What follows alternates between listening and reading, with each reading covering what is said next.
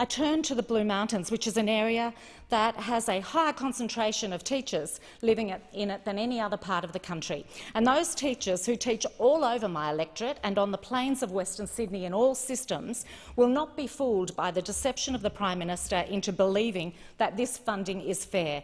They can do the maths.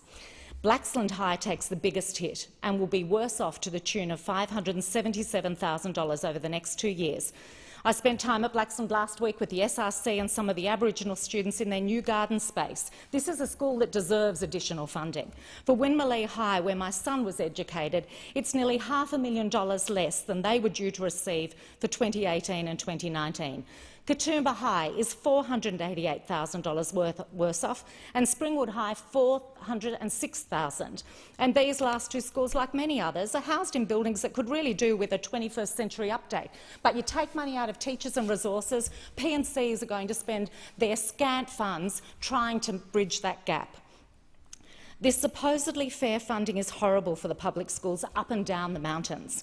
From the small school at Mount Victoria, where a shortfall of $60,000 will be a big hit, through to Lapston Primary School, which is hardly rolling in it. And, you know, they're desperate for a new library, which the New South Wales government doesn't seem interested in providing.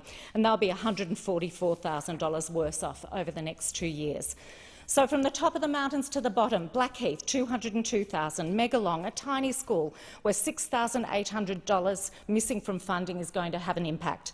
Katoomba North $177, Katoomba Public $182, Leura $165, Wentworth Falls $229,000, Lawson $189,000, Hazelbrook $290,000, Falconbridge $206,000, Ellison Road $214,000, Winmalee $247,000, Springwood, where my niece and nephew attend, $274,000.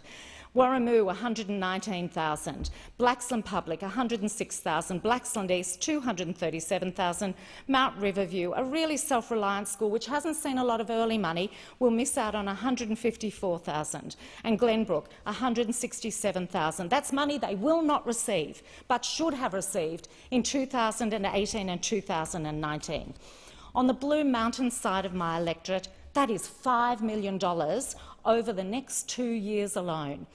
Across all of New South Wales schools, we're losing $6.9 billion over the next decade. How on earth can that be fair?